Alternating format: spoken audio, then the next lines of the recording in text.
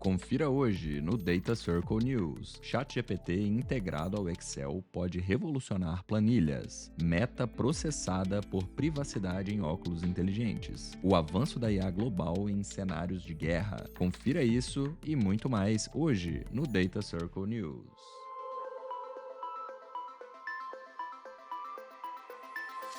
Bem-vindos e bem-vindas ao Data Circle Podcast, nosso podcast sobre AI e negócios, onde a teoria encontra a prática.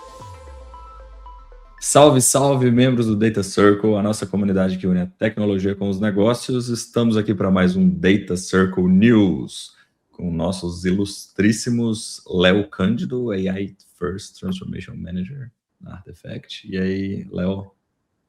E aí, pessoal? Prazer estar aqui de novo para falar das notícias mais recentes e impactantes aí do mercado. Boa. Thalita Esser, tudo bom, Thalita? Senior Data Engineer aqui na Artefact também. Oi, pessoal. Bora para mais um e obrigado pelo convite novamente. Boa. Ciro Paiva, Senior Data Scientist no nosso time aqui. Tudo bom, Cirão? Tudo maravilhoso, Vitor. Muito obrigado pelo convite novamente, pessoal. Vamos para mais uma. Boa. E eu, Vitor Pontello, host do podcast e diretor da Artefact nas horas vagas. Começando aqui hoje com as nossas notícias. Primeiramente, ChatGPT chega ao Excel para transformar a gestão de planilhas. E aí, galera, acho que o Excel é uma das maiores vítimas da tecnologia que eu já vi até hoje. Toda vez alguém mata o Excel numa publicação. Será que agora, de fato, chegou a vez dele? Não, sabe que não? Eu particularmente, eu vi isso de outra forma, assim, na hora que... Quando a gente traz essas ferramentas para dentro desse ecossistema e a gente começa a fazer com que... agora a gente consegue gerar planilhas ou a gente tem inteligência artificial dentro da geração de planilha, inteligência artificial dentro da geração de PowerPoint, né? Eu acho que, de alguma forma, isso ainda evidencia o quanto essas ferramentas são importantes, né? Porque, ao invés de substituir o Excel, a gente está dando mais capacidade para ele, para que as pessoas usem, pessoas menos técnicas, inclusive, e as que já são técnicas, que já conhecem bastante, vão usar melhor ainda. É quase aquele memezinho, né, que mostra ali, tipo, tem toda a sociedade construída ali embaixo e o tijolinho que está ali é o Excel. Então, eu acho que ele ainda tem muito valor, principalmente para pequenos e médios negócios, né? É quase um prolongamento da vida do Excel, no final das contas, então, né, Léo? Sim, com certeza. Cara, eu vejo da mesma forma, sabia? Porque eu acho que... Como que eu posso dizer? Eu acho que todo mundo... Eu não sei se todo mundo aqui já teve essa experiência de presenciar alguém que é muito bom de Excel, abrindo uma planilha, se algum professor da faculdade, alguma coisa. Cara, ali é um outro mundo, assim, tipo... Ali a galera que sabe mexer mesmo faz coisas inimagináveis e Cara, hoje o que tá muito por dentro de muitos órgãos governamentais, alguns bancos, consultorias e tal, tem muitas decisões de negócio tomadas por fórmulas no Excel. E eu fico me perguntando se talvez a gente não esteja delegando muita responsabilidade para a IA, se a gente deixar ela muito autônoma assim nisso, ou então também talvez compense o fato de que tem muito erro humano nessas fórmulas hoje ainda, mas o meu medo maior eu acho que a gente está vivendo numa época de integração massiva da IA em tudo quanto é software, assim, tipo, IA no Excel, IA no Word, IA no Slack, IA não sei aonde. Então, a pergunta que fica mais na minha cabeça é sobre esses dados todos, né? Porque, cara, todas as empresas do mundo usam Excel e tem muitos dados valiosos, assim, e pessoais e sensíveis, enfim, dentro de hospitais, bancos e tal. Então, se a gente não tiver um controle muito forte dessa segurança, eu acho que pode ser uma grande porta de entrada para vazamentos de informações, tudo. Mas se for feito com responsabilidade, em nuvens privadas, daquela maneira que a gente já conversou várias vezes em notícias aqui, eu acho que pode ser um match muito legal do GPT, de AI no geral, com o Excel. Eu também concordo muito com esse ponto de que, se for uma integração muito bem feita e segura em todos os níveis, acho que vai ser um ganho muito bom, porque aqui, pelo que eu estava dando uma lida de recursos, o ChatGPT ele vai ter uma boa autonomia, então, ali com a geração das abas, definição das fórmulas, e até com a integração a algumas bases de dados públicas, ali principalmente do lado financeiro.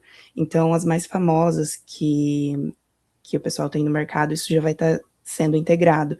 Então, por ter determinados dados ali sensíveis, dependendo da planilha de Excel e tudo mais, acho que aqui tem que ter até um ponto a mais de atenção de entender se isso vai estar muito bem seguro e coberto pelas políticas ali da OpenAI, enfim. Exato.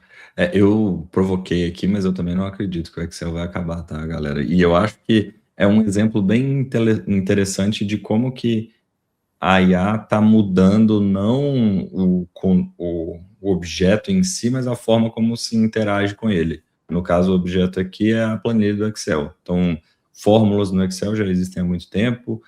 Muita gente, como o Ciro já falou, tem uma proficiência elevadíssima no Excel.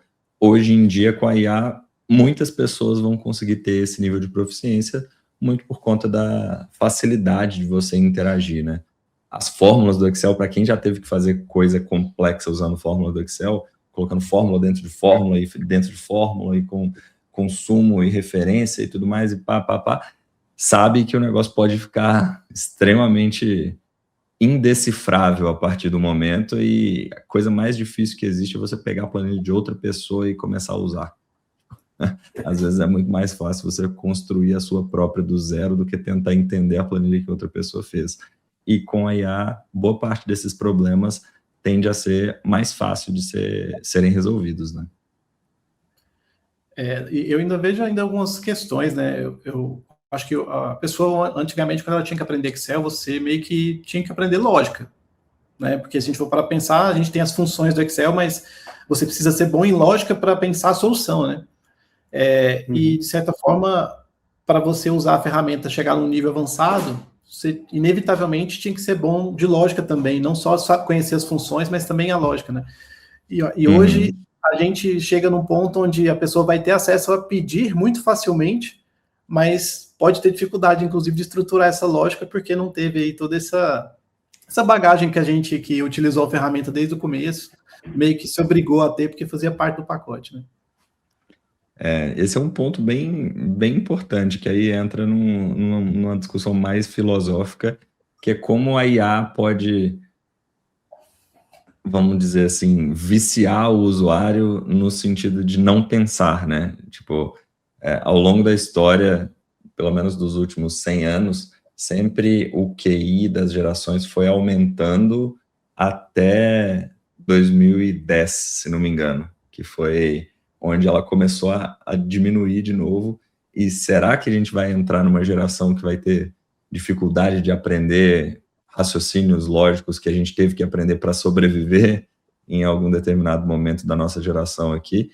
E as pessoas vão ter tudo muito fácil pela IA e vão diminuir a necessidade de pensar para conseguir as coisas, de conseguir construir uma lógica na cabeça de como construir uma função, construir uma lógica na cabeça de como resolver uma equação. Enfim, fica aí a dúvida. Cara, eu acho que é um ponto, eu acho que é muito, muito legal esse ponto, tá? Eu acho que o Léo falou é muito verdade. Antigamente, para a gente chegar no fim, que era, eu quero que minha planilha faça isso, a gente tinha que passar por um caminho de aprender várias sub-habilidades, né? Aprender lógica e tal, isso aqui.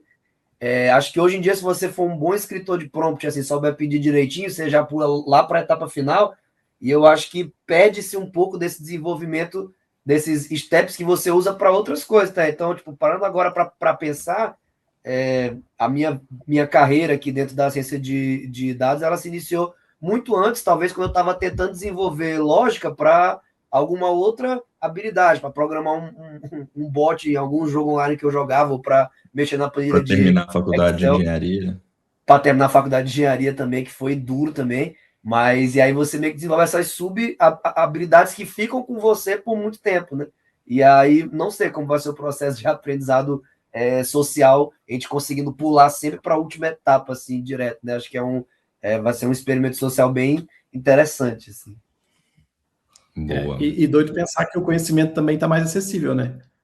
Do que era antes. É mais fácil aprender hoje, você tem mais acesso a buscar informação sobre essas coisas hoje, mas a gente é inevitavelmente estimulado aí pro buscar o resultado final mais rápido, né? A gente tem acesso a saber o processo, a aprender, mas a gente fala, pô, é tão simples, para que eu vou passar por isso? Eu vou direto pro final. Prefere não usar, né? Prefere esquipar essa parte toda aí, que dá trabalho, né? Pensar cansa, né, galera? Mas é isso. Acho que é um tema que a gente pode explorar em outros episódios aí também, porque acho que esse dilema vai acompanhar bastante ali a nossa jornada rumo à evolução da IA. Mas seguindo aqui para a nossa segunda notícia do dia, a gente tem aqui: quebra de privacidade em óculos inteligentes gera processo contra a Meta. Essa aí também é polêmica, hein? A gente estava, né, acho que comentando aqui antes, mais cedo, sobre esses óculos. Eu, particularmente, eu tenho interesse em comprar, eu sou um early adopter mesmo, eu gosto dessas coisas, mas cada vez mais eu faço isso, né, compro sabendo disso e, obviamente, tentando ter todos os cuidados, mas a gente está cada vez mais dentro dos nossos dispositivos, né, que a gente está comprando, utilizando. A gente já tem o anel que mede seu batimento, aí você tem o celular, você tem agora o óculos que vê o que você está vendo. Então, a gente está cada vez mais colocando mais informação para essas empresas, né? E esse nível de informação, ele tem várias complexidades, porque tanto em como essas informações vão ser utilizadas depois para nos vender alguma coisa, ou até em cenários mais complexos, podemos ser até manipulados em nível muito extremo, né? Pela quantidade de informações que eles têm, e também pela exposição dos dados, que foi como aconteceu aqui, né? Que acho que o grande ponto dessa notícia é que a Meta diz ter um compromisso, né, de privacidade total em relação aos dados ali dos óculos, né? Que são feitos ali em parceria. Hoje, se eu não me engano, é parceria com a Ray-Ban e com a Oakley, né? E aí você, de repente, vê uma notícia que tem operadores humanos analisando essas fotos para poder treinar modelos de IA, que já fere ali essa ideia de que a privacidade é total, né? Então, são muitas camadas aí. Eu acho que essas tecnologias, elas vão agregar na nossa vida de alguma forma, trazer coisas positivas também, né? Elas trazem, mas eu acho que tem que ficar muito claro para todo mundo os riscos, né? Porque parece uma coisa muito trivial. É um óculos para gravar os meus melhores momentos e atender ligações e ouvir música. Mas, de repente, o pacote que vem junto ali pode ser bem mais complexo, né? Fala aí, Thalita, que eu tenho umas opiniões polêmicas aqui, eu vou falar por último. Beleza. Aqui, por esse fato de ter ali os revisores humanos e tudo mais, aqui eu acho que é um ponto em que acaba sendo uma vigilância premium, porque você está pagando pelo produto e vai estar coletando ali os dados 24/7, ou enfim, na medida que você usa, e a galera fazendo toda o controle ali, classificação, rotulação, enfim, do que acontece. Então, aqui tem uma exposição, acho que muito alta, principalmente do dia a dia das pessoas, e fora também que a gente entra na questão de condições da galera que está fazendo tudo isso, o que elas estão vendo ali para o processo de classificação, né? O que elas estão vendo, como que está sendo esse processo de revisão, o que eles usam como política, se tem alguma espécie de política de fazer um blur no rosto, né, borrar o rosto, ou passar por alguma espécie de filtro, mas aqui eu acho que é um ponto muito, muito sensível. Cara, esse ponto de privacidade, quando vem até a propaganda desse dispositivo era desenhado para privacidade controlado por você.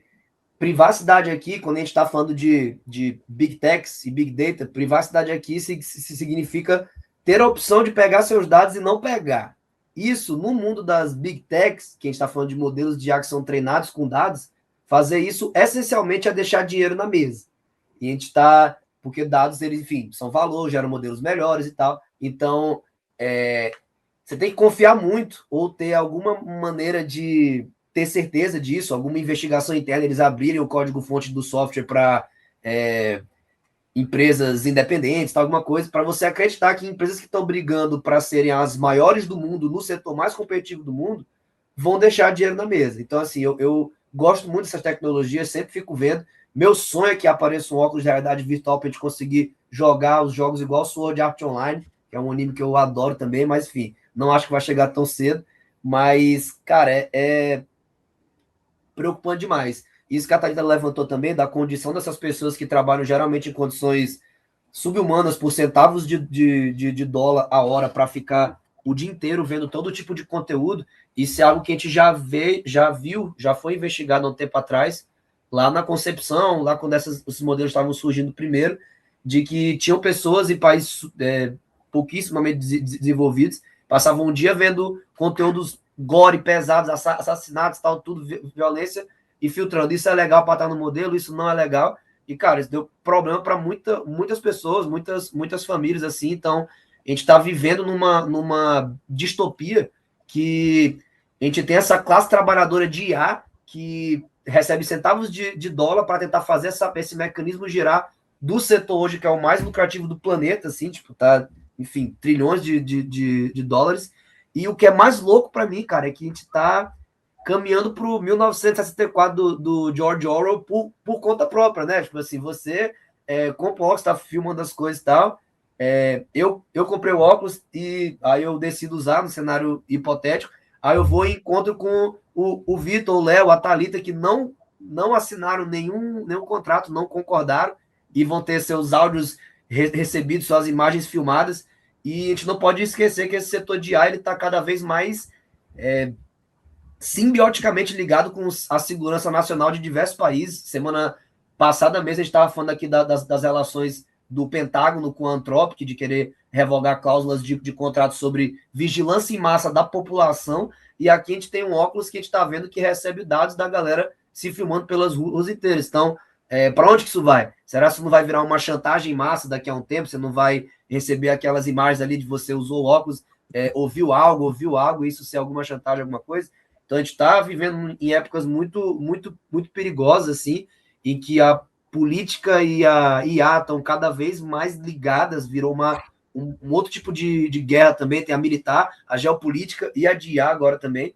Então, acho que seja um early adopter, eu sou muito entusiasta dessas tecnologias, mas como o Léo pontuou, esteja muito ciente dos riscos e tente mitigá-los também. Não vai usar isso para uma reunião privada, não vai usar isso com seu parceiro, não vai usar isso para ir no banheiro, assim, tipo, use como, assim, uma coisa, não integre na sua vida de vez, sem muitos escrúpulos e filtros, assim. É a minha opinião. Como Ciro Paiva, tá? Não represento a empresa aqui, não. Assim, resumindo tudo aqui, basicamente, entenda os riscos, né? Tipo, Perfeito. Adote, teste, experimente, mas entenda os riscos do que pode ser feito a partir daquele uso. Tenha um pouco de cuidado, inclusive com o que você coloca na inteligência artificial ali no chat GPT. Aí eu digo chat GPT, Claude, Gemini. Não considere que essas inteligências artificiais são seus melhores amigos, que você vai contar todos os segredos ali para aquela inteligência artificial, porque esse dado ele não vai ser totalmente anonimizado, ou você não tem plena certeza de que isso vai ser. Ele pode ser usado para outra coisa, não necessariamente contra você, mas pode representar algum tipo de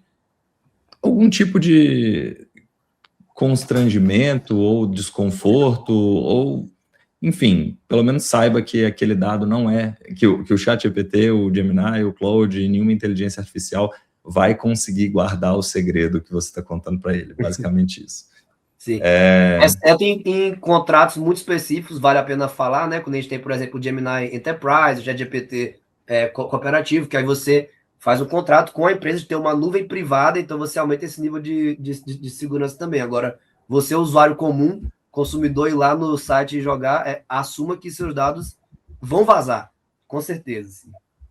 Exato. Talvez ele não vai ficar ligado ao seu nome, mas de alguma maneira isso não vai ser totalmente um segredo, ou talvez isso vaze e ninguém queira saber do seu segredo também, mas mas existe a possibilidade. Galera, seguindo para a próxima notícia, para a gente finalizar o nosso episódio news de hoje, que se a gente bobear, a gente vai ficar muito tempo falando aqui, porque todas as notícias de hoje dão o que falar.